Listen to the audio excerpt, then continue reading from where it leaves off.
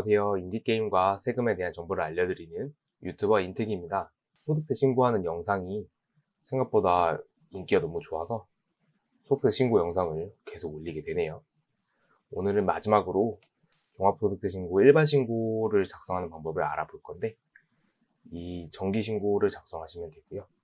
홈택스에 로그인 하셔서 신고를 작성하시면 되는데, 어떤 유형이 일반 신고서로 작성을 할 수 있고 어떤 유형은 일반 신고서로 작성을 하면 안 되고, 신고서를 직접 가정을 하고 작성을 해볼게요.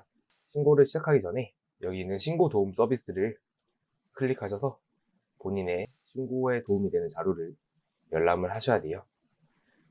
신고 참고 자료에 들어가시면은 어떻게 신고를 하셔야 될지 확인할 수가 있는데요. 이 자료를 출력을 하시든지 사진을 찍어 두시든지 아니면 메모해 두시는 것을 권장을 드릴게요.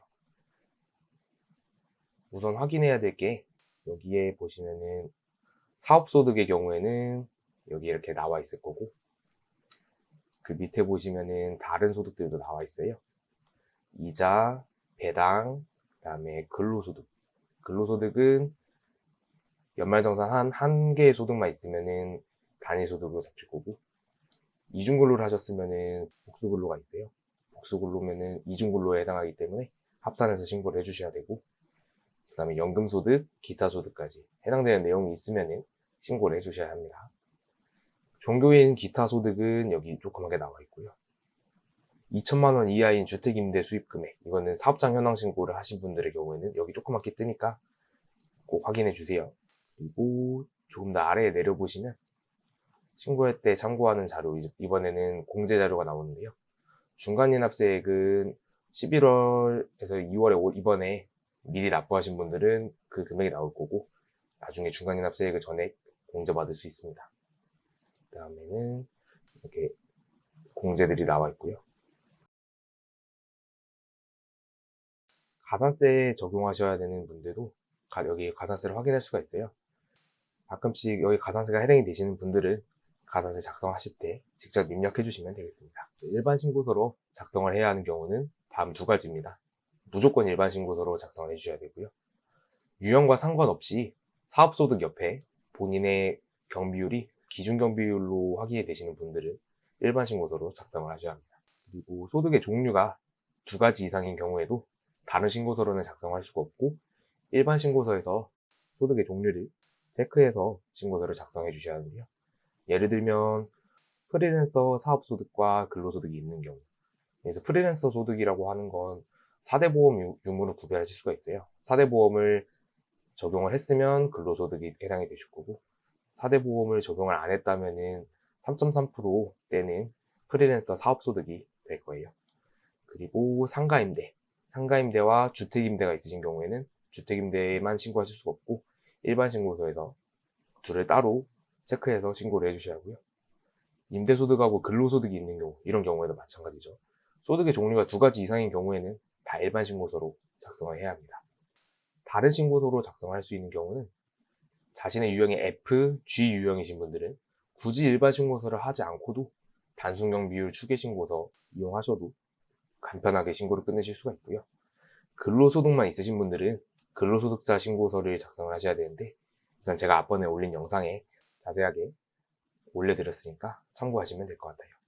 V유형과 주택임대소득만 있는 경우에는 분리과세 소득자 신고서를 이용하시면 간편한데, 종합과세를 하실 분은 일반 신고서로 작성을 하셔야 하고요.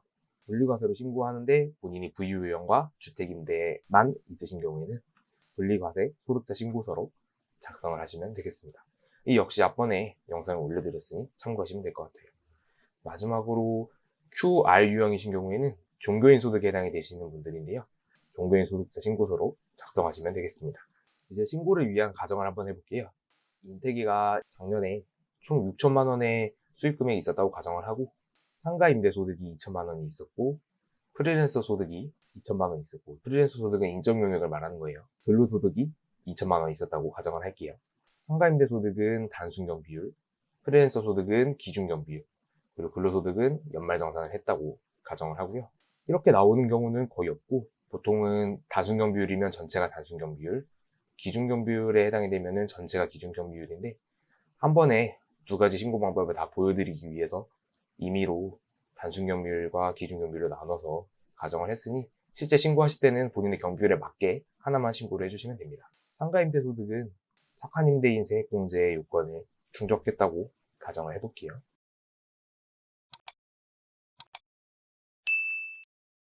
신고 도움 서비스에서 기본사항을 보시면 우리가 이 중에서 확인해야 할 것은 이 유형과 기장 의무 구분 그리고 적용 경비율입니다.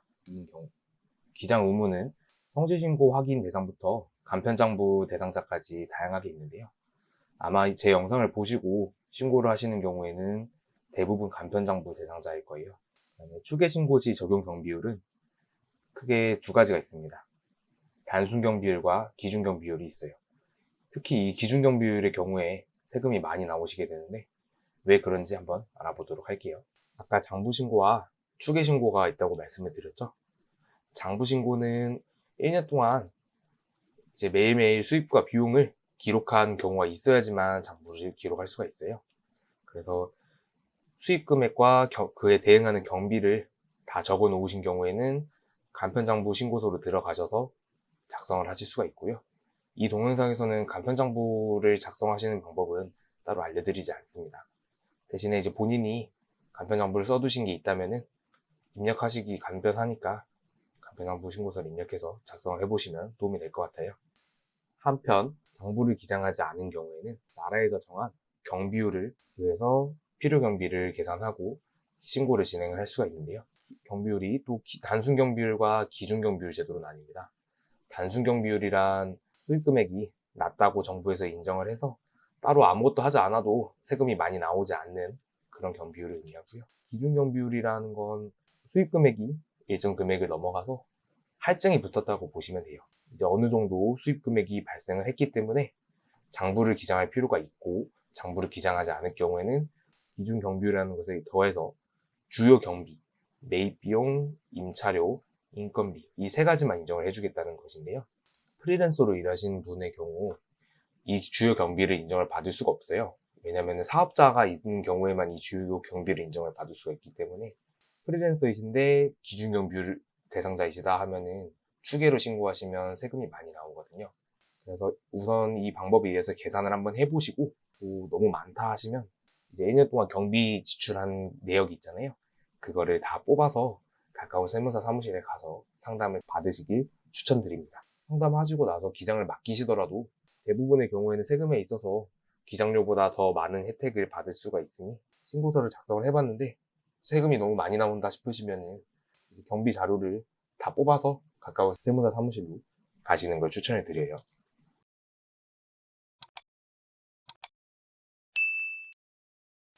자, 그럼 이제 신고서 작성을 한번 해보겠습니다. 아까 가정한 대로 신고서를 작성을 할 거고요.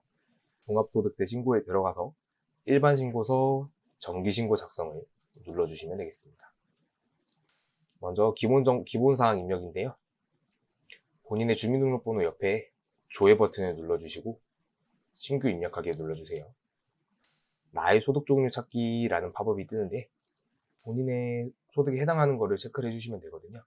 사업소득은 두 가지 종류가 있어요. 부동산 임대, 상가 임대 같은 경우에만 첫 번째가 체크가 될 거고 그 다음에 다른 소득, 나머지 프리랜서나 자기 사업장이 있으신 경우에는 두 번째 사업소득을 체크해 주시면 되고 근로소득이 있다면 근로소득, 그리고 나머지 소득이 있어도 각자 체크를 해주시면 되겠습니다. 분리과세 주택임대소득의 경우에는 여기에 체크를 하시면 되고요. 인증서로 로그인하신 경우에는 여기 사업소득에 사업장 명세가 뜰 거예요. 본인의 사업소득이. 그걸 확인해 주시면 되고 인테기의 경우에는 아까 상가임대가 있었죠. 체크해주고 그리고 프리랜서 사업소득이 있었어요. 두 번째 체크해주고 그 다음에 근로소득도 있었죠. 세 가지 체크해주시면 되겠습니다. 위 내용대로 적용하기를 눌러주시고요. 간단하게 휴대전화를 적을게요. 아까 신고도움 서비스를 열람 안 하신 분들은 여기서 신고도움 서비스를 다시 조회를 하실 수가 있어요. 본인의 기장 의무와 그리고 경비율 그리고 신고 안내 유형까지 다시 한번 확인하시고 신고 참고 자료로 가셔서 소득이 어떤 종류가 있는지도 꼭 확인을 해주셔야 합니다. 자, 아까 나의 소득 종류 찾기에서 입력한 게 여기 세 가지 체크가 되어 있죠. 이렇게 소득 종류 선택은 끝났고요. 사업소득 사업장 명세라고 되어 있네요. 이건 뭐냐면 아까 위에 사업소득이 두 가지가 있었죠. 부동산 임대업의 사업소득이 있었고 부동산 임대업 외의 사업소득이 있는데 둘 중에 해당되는 게 있는 경우에는 사업소득을 단순경비율로 신고할 건지 기준경비율로 신고할 건지 혹은 장부로 신고할 건지 추계로 신고할 건지 이 내용들을 입력을 해주셔야 돼요. 여기 행추가가 이미 되어 있는 경우에는 체크해 주시고 선택 내용 수정을 눌러주시면 이 아래의 내용이 수정할 수 있도록 바뀌고요. 입력되지 않은 경우에는 아예 새로 입력을 해줄게요. 사업소득 기본사항, 인적영역 사업자, 94로 시작하는 업종 코드, 예를 들면 940909 이런 코드들이 있거든요. 이 코드들은 사업자 등록번호 없음으로 선택하고 입력을 해주시면 되겠습니다. 먼저 상가임대가 있다고 했으니까 상가임대를 입력을 해줄게요. 사업자 번호를 입력을 해주시고요. 업종 코드는 상가임대 소득은 보통 7012 땡땡으로 완료가 되거든요. 701201 부동산 임대업의 사업소득으로 입력을 하겠습니다. 기장 의무는 간편장부 대상자에 해당이 될 거고요. 신고 유형은 아까 상가임대는 단순경비율이었죠. 단순경비율로 체크를 해줄게요. 본인의 경비율에 맞게 입력을 해주시면 됩니다. 입력하셨으면 등록하기 버튼을 눌러주시고 공동사업자가 있으신 경우에는 열에 체크해주세요. 그러면 이렇게 한 행이 입력이 된 걸 볼 수가 있습니다. 아까 사업소득이 두 종류였으니까 이번에는 프리랜서 소득 2천만 원도 입력을 해줄게요. 또 새로 입력을 해야 돼요. 인적용역 사업자이기 때문에 사업자 등록번호는 없음. 업종 코드는 940909 가장 많이 쓰는 인적용역 사업자로 입력을 할게요. 부동산 임대 외에 사업소득 체크된 거 확인하시고 기장 의무에는 간편장부 대상자. 신고 유형은 이번에는 기준경비율로 신고를 해볼게요. 이건 마찬가지로 완료하셨으면 등록하기를 눌러주시고요. 위쪽에 보시면은 행이 하나, 두 개가 들어가 있는 모습을 볼 수가 있고요. 상가임대의 경우에는 신고 유형이 32번 단순경비율, 그리고 인적용역 프리랜서의 경우에는 31번 기준경비율로 각자 입력이 된 걸 볼 수가 있습니다. 근로소득은 사업소득이 아니기 때문에 나중에 불러오기를 할 거고요. 연말정산이 끝났다고 가정을 했기 때문에 다 등록하셨다면 저장 후 다음 이동을 눌러서 넘어가 줄게요.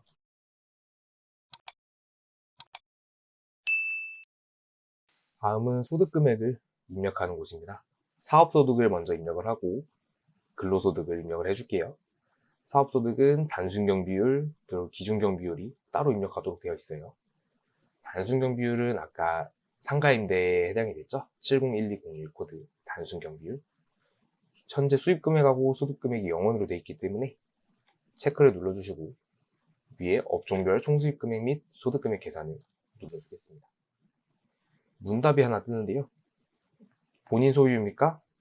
본인이 맞으면 예, 타인이면 아니오를 선택해 주시면 돼요. 상가임대는 어떤 걸 선택해도 똑같습니다. 이제 업종별 총수입 금액을 입력을 할 건데요. 업종 코드가 들어가 있고 경비율도 자동으로 선택이 돼 있어요. 41.5%라는 거는 내 수입 금액의 41.5%를 경비로 인정을 해준다는 뜻이에요. 그러면은 58.5%가 내 소득이 되겠죠. 수입 금액에 2천만 원을 입력해주고 경비가 41.5% 들어가고 그걸 뺀 소득 금액이 1,170만 원 잡혔네요. 등록하기를 눌러주면 아래에 행이 추가된 모습을 볼 수가 있고 입력 완료 버튼을 눌러주시면 됩니다. 그러면 여기 수입 금액하고 소득 금액이 입력된 걸 확인할 수가 있죠. 더 입력할 건 없으니까 여기까지만 입력하고 넘어갈게요. 다음은 기준경비율입니다. 기준경비율은 아까 우리가 인적용역 프리랜서로 일한 걸 기준경비율로 입력하자고 했었죠? 한번 입력해 볼게요. 업종 코드 확인하시고 총수입 금액에 2천만 원 입력해 줍니다. 경비율 적용 기준은 일반율을 입력을 하시고요. 자기 사업장이시면 자가율을 선택하시면 됩니다. 기준경비율에 의해서 계산한 경비가 340만 원이 나오고요. 기본적으로 인정해주는 경비율이 낮아요. 그렇기 때문에 기준경비율에 해당이 되면 세금이 많이 나오는 것이고 세금을 덜 내기 위해서는 여기에 추가적으로 인정되는 비용을 입력을 해야 합니다. 경비율 확인하셨으면 등록하기 버튼을 눌러줍니다. 그러면 위에 입력이 된 모습을 볼 수가 있어요. 이미 하나 입력되어 있는 경우라면 똑같이 체크하고 선택 내용 입력 수정을 눌러주시면 되고요. 이 경우에는 기준경비율이라서 소득금액이 높게 나오죠. 아까 상가임대의 경우에는 단순경비율이었는데 둘이 금액 차이가 조금 많이 나요. 그래서 기준경비율로 넘어가게 되면은 국세청에서 인정해주는 경비율만으로는 세금을 많이 내게 됩니다. 그래서 자기 사업장이 있으신 분들은 이거를 등록하시고 아래에 국세청에서 추가로 인정해주는 비용이 있거든요. 이 주요 경비를 추가로 인정을 해줍니다. 매입 비용, 임차료, 인건비 이 세 가지만 인정을 받을 수가 있어요. 추계 신고를 하는 경우에는. 해당 사항이 있으신 분들은 자기 사업장이 있고 추계로 신고하는데 주요 경비를 입력하시겠다 하는 분들은 세금계산서, 계산서 이것들은 다 조회가 되니까 이 작성 요령을 눌러서 확인하셔서 직접 입력을 하시면 되는데요. 중요한 건 인적 영역 프리랜서로 일하신 분들은 이거를 입력할 방법이 없어요. 추가로 경비를 인정받을 방법이 없다는 뜻입니다. 그래서 기준경비율인데 소득금액이 너무 높게 잡히시는 분들은 추계 신고를 하시면 안 되고 가까운 세무사 사무실에 찾아가셔서 상담을 받으시고 장부로 신고를 하시는 걸 추천해 드릴게요. 다음으로 이동하겠습니다.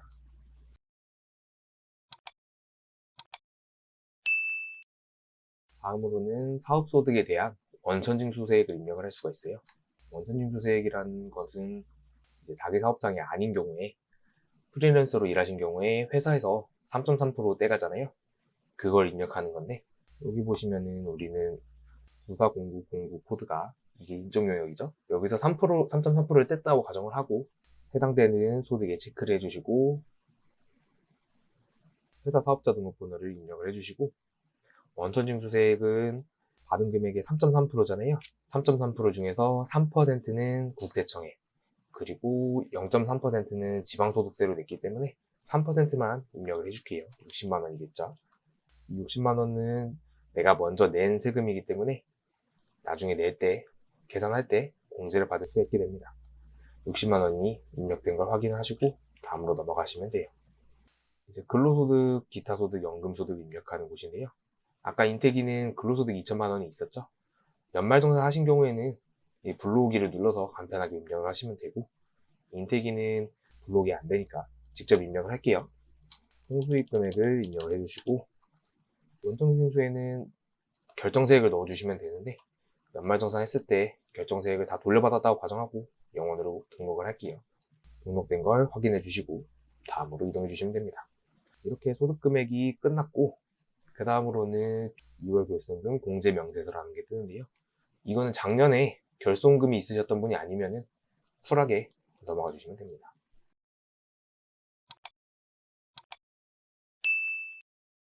다음은 소득공제명세서인데요. 소득공제명세서는 연말정산을 하신 분의 경우에는 불러오기를 이용해서 입력을 하시면 되고요. 불러오기가 안 되시는 경우에는 제가 예전에 올려드린 근로소득자 영상에 소득공제 입력하는 게 자세히 나와 있거든요. 그거를 참고해 가면서 입력해 주시면 되겠습니다. 다만 근로소득이 없으신 분의 경우에는 공제 받을 수 있는 게 좀 달라요. 훨씬 내용이 적고 근로소득자에게 소득공제나 세액공제 혜택이 많기 때문에 입력할 수 있는 항목이 근로소득자에 비해 확실히 적다는 것을 알고 계시면 되고요. 다음으로 넘어갈게요. 기부금 명세서는 이제 기부금 명세서를 받으신 분들이 있는데요. 아래에 기부금 내역 조회하기를 눌러서 기부금이 조회가 되시는 경우에는 그냥 체크를 해주시고 이 내용대로 적용하기를 눌러주시면 됩니다. 그러면 자동으로 들어가 있는 모습을 확인할 수가 있고요. 안 돼 있는 경우에는 직접 입력을 해주셔야 합니다. 법정기부금, 정치자금 기부금, 그리고 대부분의 경우는 여기 해당하죠. 비지정 기부금은 여기 40번에 해당이 될 거고요. 종교단체 기부금은 41번에 해당이 될 겁니다. 해당되는 내용을 직접 입력하셔서 등록해 주시면 되고요. 뭐가 엄청 복잡하죠? 세액감면 신청서인데요. 본인이 사업을 하시는 경우가 아니라면 쿨하게 넘어가 주시면 됩니다. 아까 본 것 같은 화면이 또 뜨네요. 이번에는 세액공제 신청서인데요. 세액공제 신청서도 마찬가지로 본인이 사업을 하시는 게 아니라면 그냥 넘어가 주시면 되는데 여기에는 올해 새로 적용되는 착한 임대인 세액공제가 있기 때문에 착한 임대인 세액공제는 한번 입력을 해줄게요.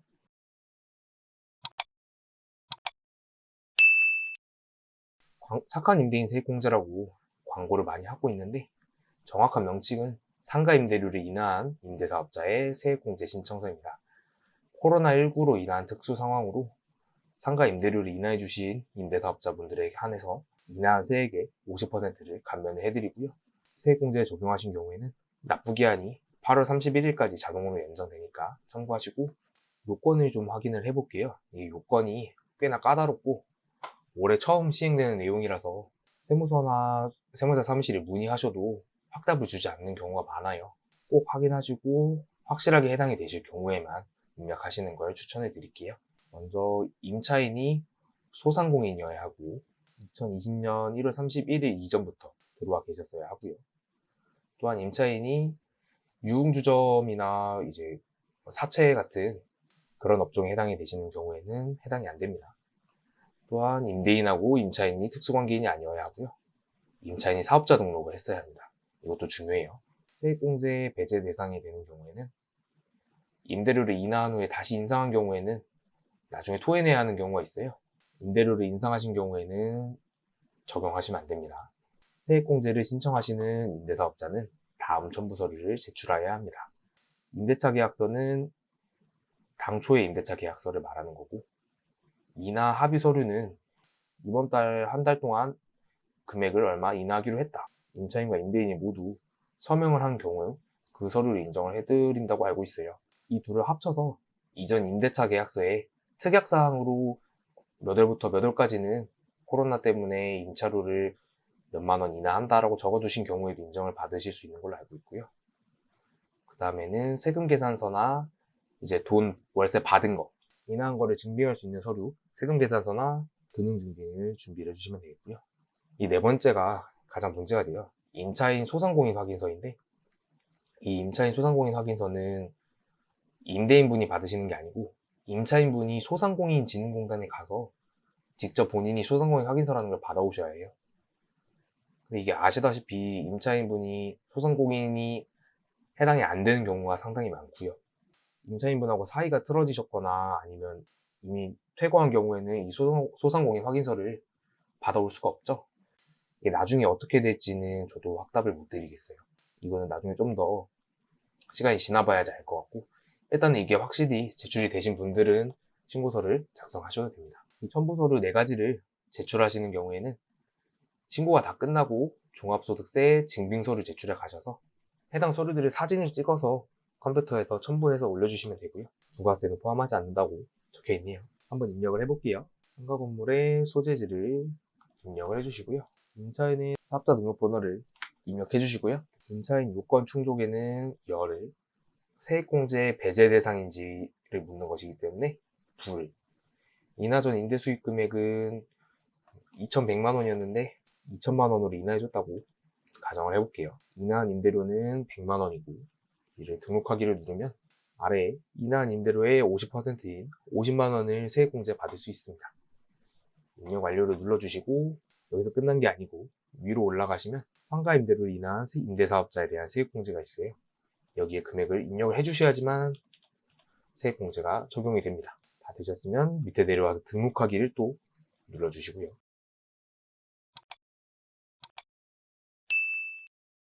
그 다음은 우리가 일반적으로 아는 세액공제를 입력하는 곳인데요. 본인이 이제 중소기업에 취업한 지 5년이 안 된 청년이시라면 34세 미만의 의미예요. 회사에 문의하셔서 이거를 적용받을 수 있는지 한번 확인해 보시면 좋습니다. 5년 동안 최대 90%까지 연간 150만 원 한도로 소득세를 감면해 드리니까 회사에 꼭 문의해 보세요. 세액공제 명세서도 마찬가지로 제가 앞서 올려드린 근로소득자 영상을 참고하시면 입력하시는 데 도움이 될 건데요. 소득공제랑 마찬가지로 근로소득이 있는 경우에 조금 더 공제 혜택이 크고요. 근로소득이 없다면 입력할 수 없는 세액공제가 많아요. 입력하신 게 없을 경우에는 표준세액공제가 자동으로 들어갈 거고요. 다음에는 조세특례제한법상 세액공제. 이것도 마찬가지로 근로소득자 신고 영상을 참고해주세요. 저장 후 다음 이동을 눌러서 가산세 항목으로 넘어가 줄게요. 가산세는 다른 거는 입력할 게 별로 없으신데 사업자이신 경우에는 이제 막 수익 금액이 올라가셨다면 본인이 무기장 가산세 대상이신지 신고 도움 자료를 확인해 주시고요. 가산세 역시 쭉 읽어보시면 정상적으로 일을 하셨다면 따로 입력할 가산세가 그렇게 많지 않아요. 해당되는 내용은 거의 없으실 거고 주택임대사업자분들 중에 사업자 등록을 안 하신 분들은 해당 수입 금액을 입력을 해주시면 됩니다. 그리고 이제 무기장 가산세라는 게 있는데 아까 신고 도움 자료에 보시면 무기장 가산세 대상이시라고 나오는 분들이 있어요. 무기장 가산세 대상이신 분들은 추계 신고를 할 경우에는 무기장 가산세 대상이 되기 때문에 무기장 소득 금액을 그대로 입력을 해줘야겠네요. 계산하기 누르면 이렇게 가산세가 나옵니다. 가산세가 많이 나오죠. 기장을 안 했기 때문에, 즉 장부를 쓰지 않고 신고를 했기 때문에 붙는 가산세고요. 이 가산세가 많이 나오신다면 세무사 사무실로 가셔서 기장하시는 걸 추천해드려요. 가산세 합계 금액을 확인해 주시고 기납부세액을 확인하는 곳인데요. 기납부세액에서 주로 확인하셔야 되는 건 중간연합세액을 내신 분은 해당 금액을 입력을 해줄 거고요. 100만 원만 입력을 해볼까요? 그 다음에는 아까 사업소득 원천징수 3.3% 원천징수한 금액이 나오고, 근로소득은 연말정산 때 다 돌려받았기 때문에 0원으로 확인하면 되겠습니다. 저장 후 다음이죠. 세액 계산이 나오는데, 착한 임대인 세액공제를 받은 분들은 농어촌 특별세를 입력을 하라고 나와요. 해당 공제세액의 20%를 농어촌 특별세로 납부를 하라고 하네요. 그럴 거면 감면을 20%덜 해주면 되지 왜 굳이 하라니까 해보죠. 먼저 잊어버리지 않게 농어촌 특별세에 먼저 입력을 해줄게요. 아까 50만원 감면을 받았기 때문에 50만원 입력을 해주고, 세율은 20%를 입력을 해줍니다. 10만원이 나오고, 이건 따로 납부를 해주셔야 될 거예요. 다음에는 종합소득금액 그걸 확인해 주시고, 소득공제는 제가 안 넣었고 과세표준, 그 세율은 최종 세율은 15%네요. 소득세는 누진세율입니다. 6%부터 42%까지 쭉 올라가요. 그 중에서 임대기는 종합소득금액이 4천만 원이기 때문에 15%에 위치해 있는 상황이고요. 산출세액이 460만 원, 세액공제도 아까 착한 임대인 세액공제만 넣었기 때문에 세액공제도 적은 편이고, 결정세액이 330만 원이 되는데 거기에 가산세가 더해져 있고요. 가산세는 아까 무기장 가산세를 입력했었죠. 그 다음에는 합계금액이 나오고, 기납부세액은 중간인합세액 100만 원과 3.3% 원천징수세액 60만 원을 입력했고, 그래서 총 납부할 세액이 260만 원이나 나오게 됩니다. 많이 나왔네요. 소득공제와 세액공제를 입력하지 않은 상황이기 때문에 다 입력하고 나면 훨씬 줄어들 거예요. 아래에 보시면 납부할 세액이 종합소득세와 농어촌 특별세로 구분이 되어서 나오게 되고요. 다 작성 완료를 하셨다면 동의합니다를 눌러주시고, 신고서 작성 완료를 눌러주시면 끝납니다.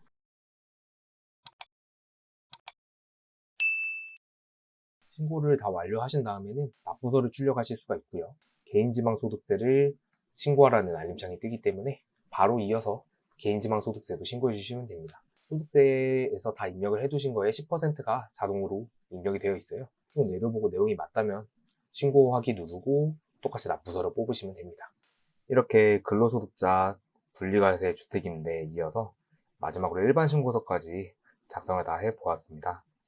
사실 저는 인디게임하고 세금을 같이 업로드하는 유튜버인데 너무 세금에 대해서만 영상을 올린 것 같아요.